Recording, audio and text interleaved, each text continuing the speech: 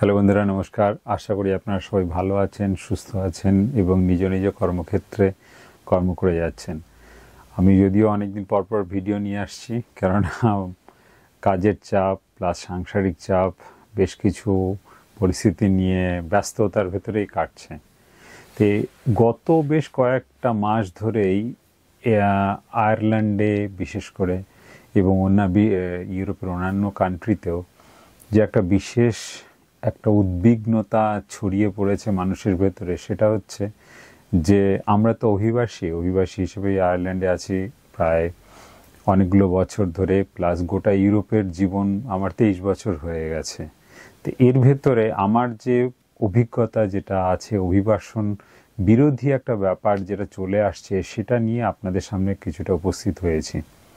তে আমি এইটা নিয়েই একটা চিন্তাভাবনা করতে করতেই আমি কিন্তু কম্পিউটারে ঘাটাঘাটি করছিলাম, প্লাস মোবাইলেও ঘাটাঘাটি করছিলাম, যে দেখছিলাম যে এইখানটায় যে কি অরিজিনাল যে রিপোর্টগুলো যেগুলো আসছে, তার সাথে সাথে যেগুলো বাস্তবের যে পরিস্থিতি বলুন কিংবা অন্য যে পরিস্থিতিগুলো, সেগুলো কতটা মিল খায়। এইটাই করতে করতে হঠাৎ করে আমি আর্টিফিশিয়াল ইন্টেলিজেন্সের কাছে গেছিলাম। তো আর্টিফিশিয়াল ইন্টেলিজেন্স আমাকে যে রিপোর্টটা দিল, সেটা কিন্তু আমার কাছে যেটা মনে হলো যে হ্যাঁ, কিছুটা ঠিক আছে, কিন্তু তার থেকে একটা বড় একটা জিনিস, সেটাকে কিন্তু একটুখানি কম গুরুত্বতার সাথে তারা দেখছে জিনিসটা, যেটা আমার কাছে মনে হয়েছে।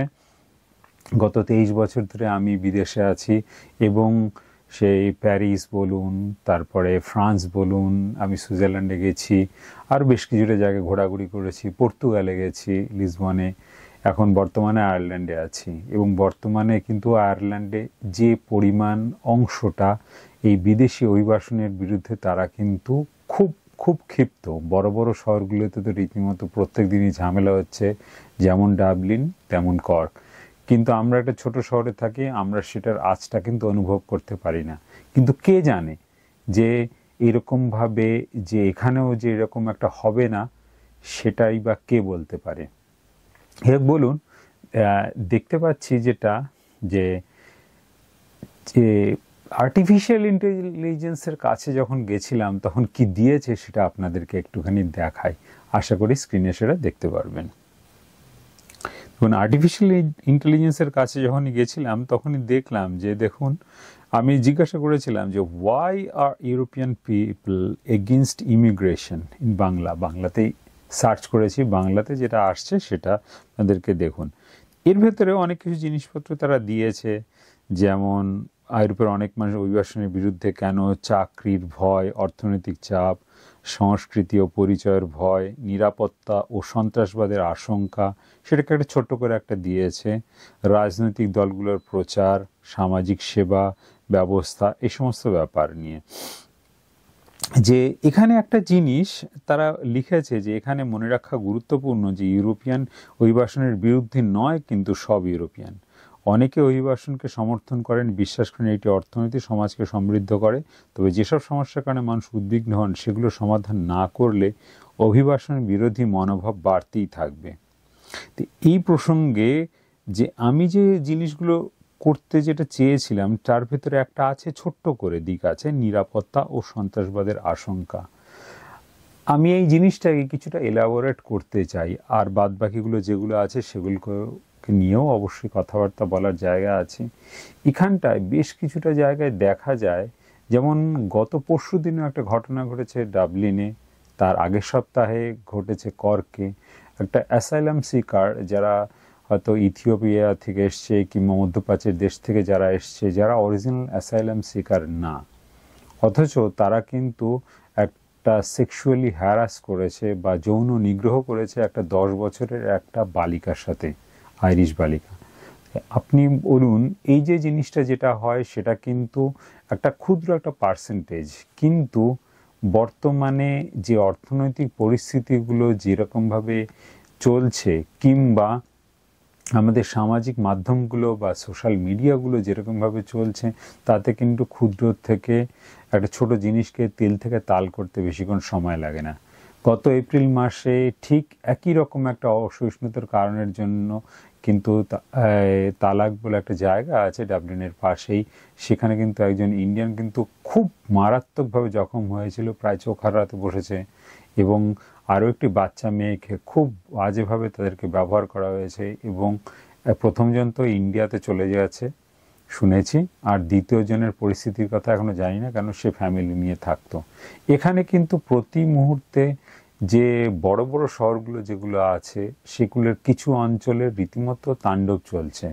বিশেষ করে অভিবাসনদের যারা আছে তারা কিন্তু রাত্রিবেলা অনেকেই একটা একটা আতঙ্কের ভেতরে থাকছে, এবং এই জিনিসটা কিন্তু যে নতুন যে জিনিস সেটা করে কিন্তু হচ্ছে না, আর এটা করছে মেইনলি হচ্ছে ইয়াং জেনারেশনের কিছু লোক, এবং সেই ইয়াং জেনারেশনের লোকগুলো অনেকেই হয়তো ঠিকমতো তারা কিন্তু মানে এডুকেশন নিচ্ছে না, বা এডুকেশনের যে ফেসিলিটি আছে সেটা কিন্তু তারা নিচ্ছে না, এবং এই এডুকেশনের ফেসিলিটি না নেওয়ার কারণের জন্যই তারা কিন্তু পিছিয়ে পড়ছে, এবং বিদেশ থেকে তারা কর্মী আনছে।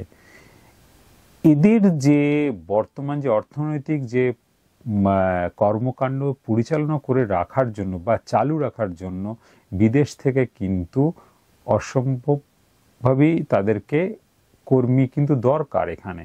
কিন্তু তারা যদি কর্মী যদি না আনে তাহলে তাদের যে পরিষেবাগুলো, বিশেষ করে স্বাস্থ্যক্ষেত্রের পরিষেবা বলুন, কিংবা কম্পিউটার যে ইনফরমেশন টেকনোলজি পরিষেবা বলুন, কিংবা ফার্মাসিউটিক্যাল অনেক লাইনগুলো আছে, তাহলে কিন্তু তারা ভেঙে পড়বে। বিশেষ করে আয়ারল্যান্ডের কথা আমি জানি, কারণ আয়ারল্যান্ডে আছি আমি বেশ 17-18 বছর, স্পেনে ছিলাম, সেখানেও জানি বেশ কিছু সেক্টরে কিন্তু তারা কিন্তু বিদেশ থেকে কিন্তু তারা লোক এনে এই পরিষেবাগুলোকে চালু রাখে বা চালু রেখেছে।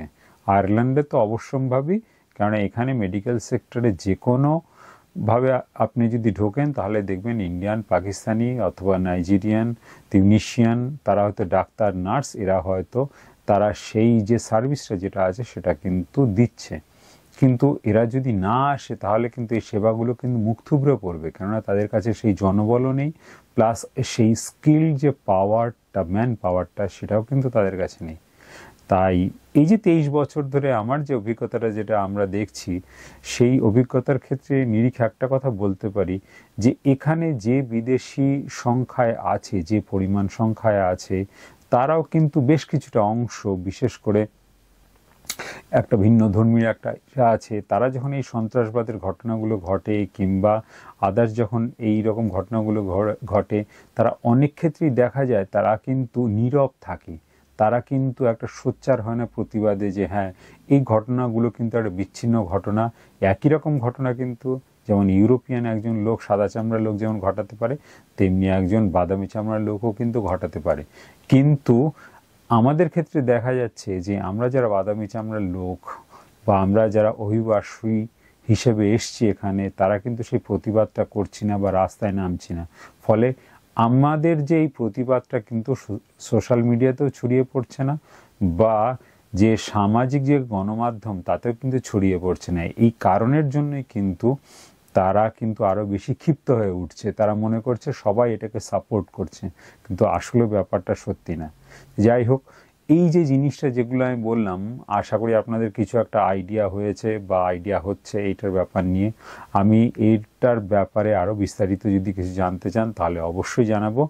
বন্ধুরা, আজকে ভালো থাকবেন, সুস্থ থাকবেন, এবং আপনাদের যদি কোনো জিজ্ঞাসা থাকে তাহলে অবশ্যই জানাবেন। ধন্যবাদ, নমস্কার।